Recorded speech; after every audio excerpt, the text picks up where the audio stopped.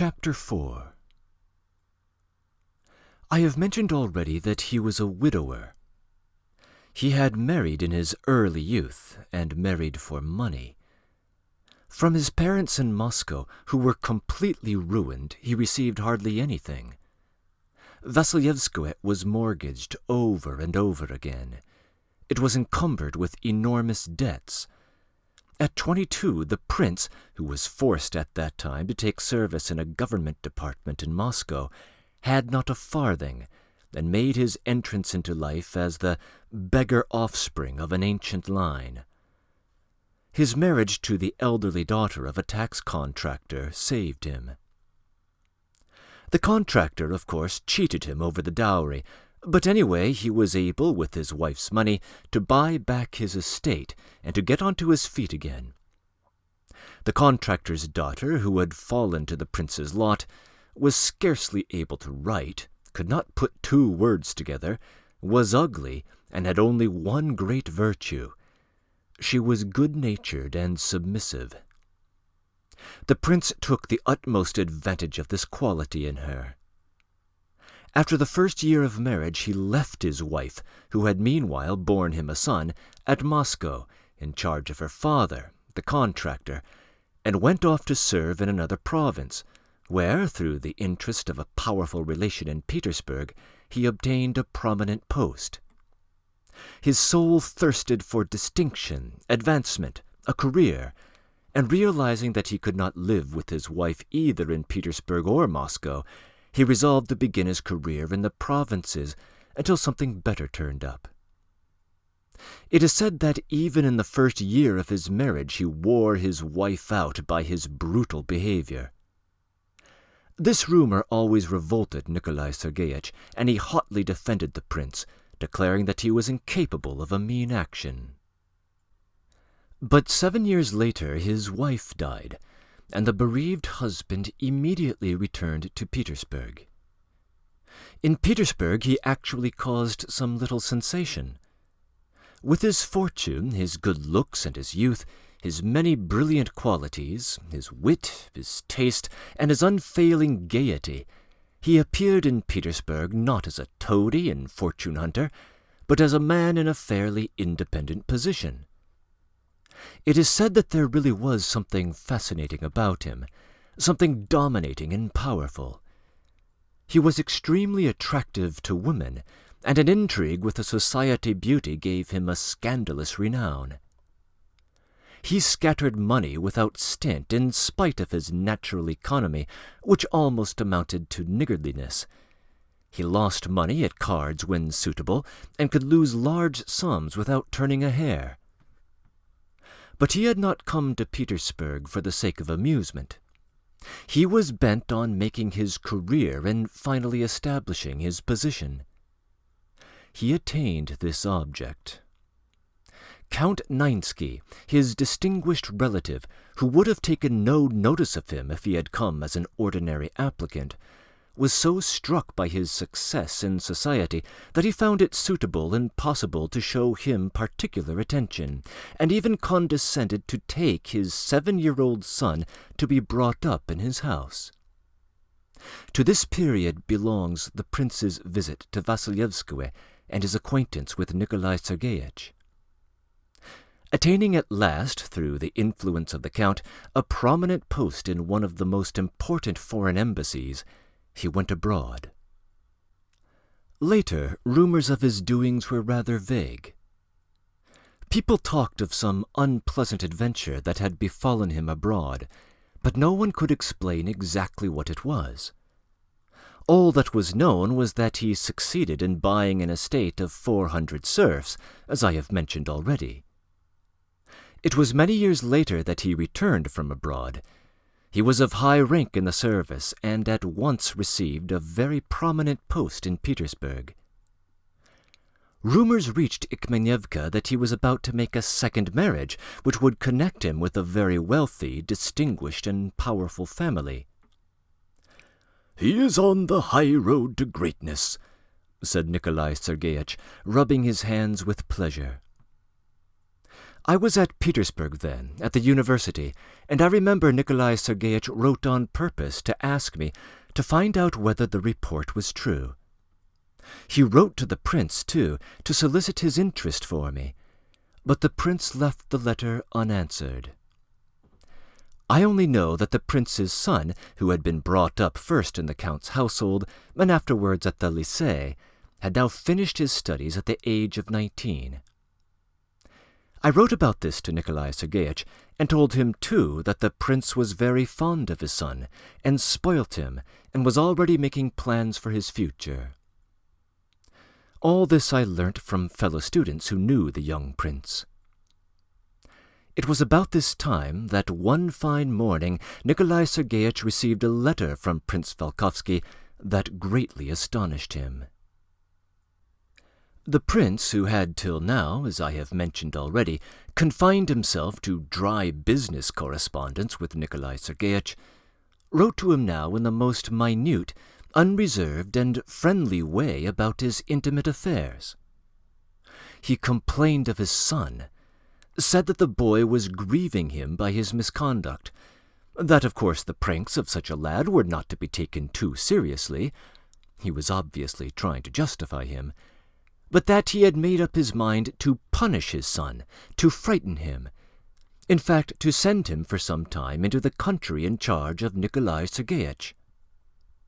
The prince wrote that he was reckoning absolutely on, quote, his kind-hearted, generous Nikolai Sergeyevich, and even more upon Anna Andreevna, unquote.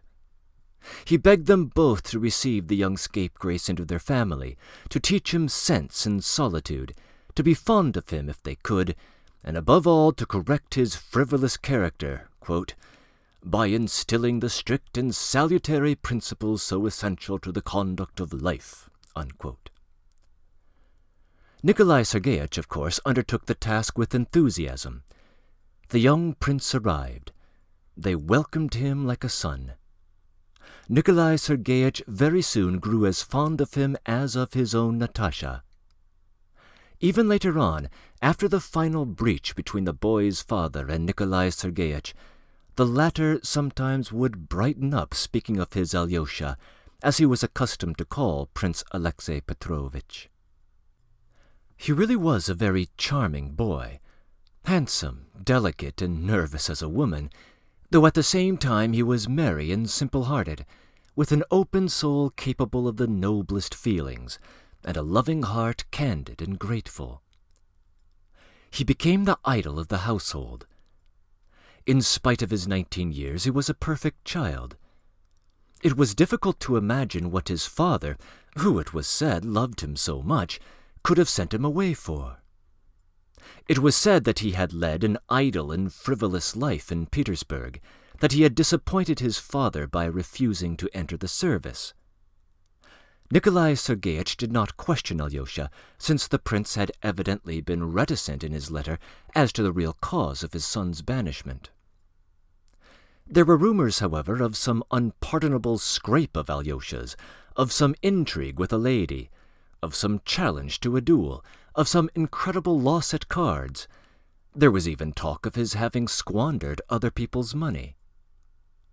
There was also a rumor that the prince had decided to banish his son for no misdeed at all, but merely from certain purely egoistic motives.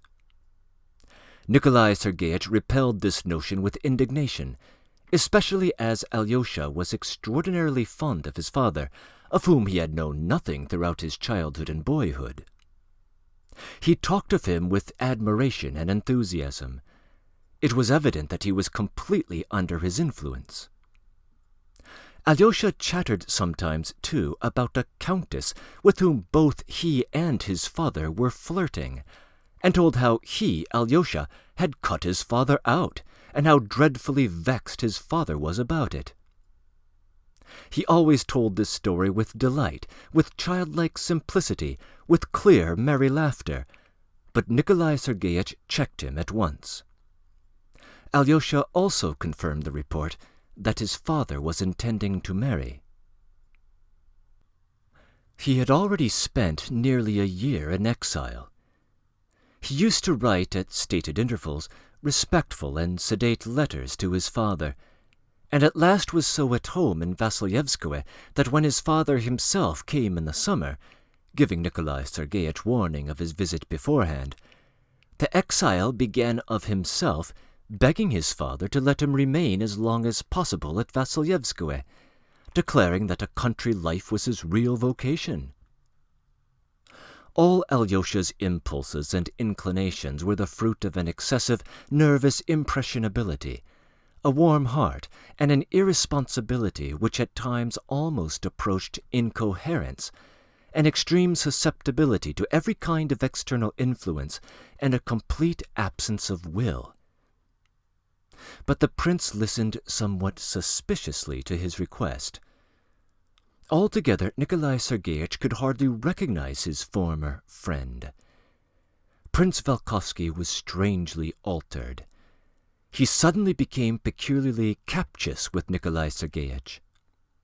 When they went over the accounts of the estates, he betrayed a revolting greed, a niggardliness, and an incomprehensible suspiciousness. All this deeply wounded the good-hearted Nikolai Sergeyich. For a long time he refused to believe his senses. Everything this time was just the opposite of what had happened during the first visit, 14 years before. This time the prince made friends with all his neighbors, all who were of consequence, that is, of course. He did not once visit Nikolai Sergeyich, and treated him as though he were his subordinate. Suddenly something inexplicable happened. Without any apparent reason, a violent quarrel took place between the prince and Nikolai Sergeyich.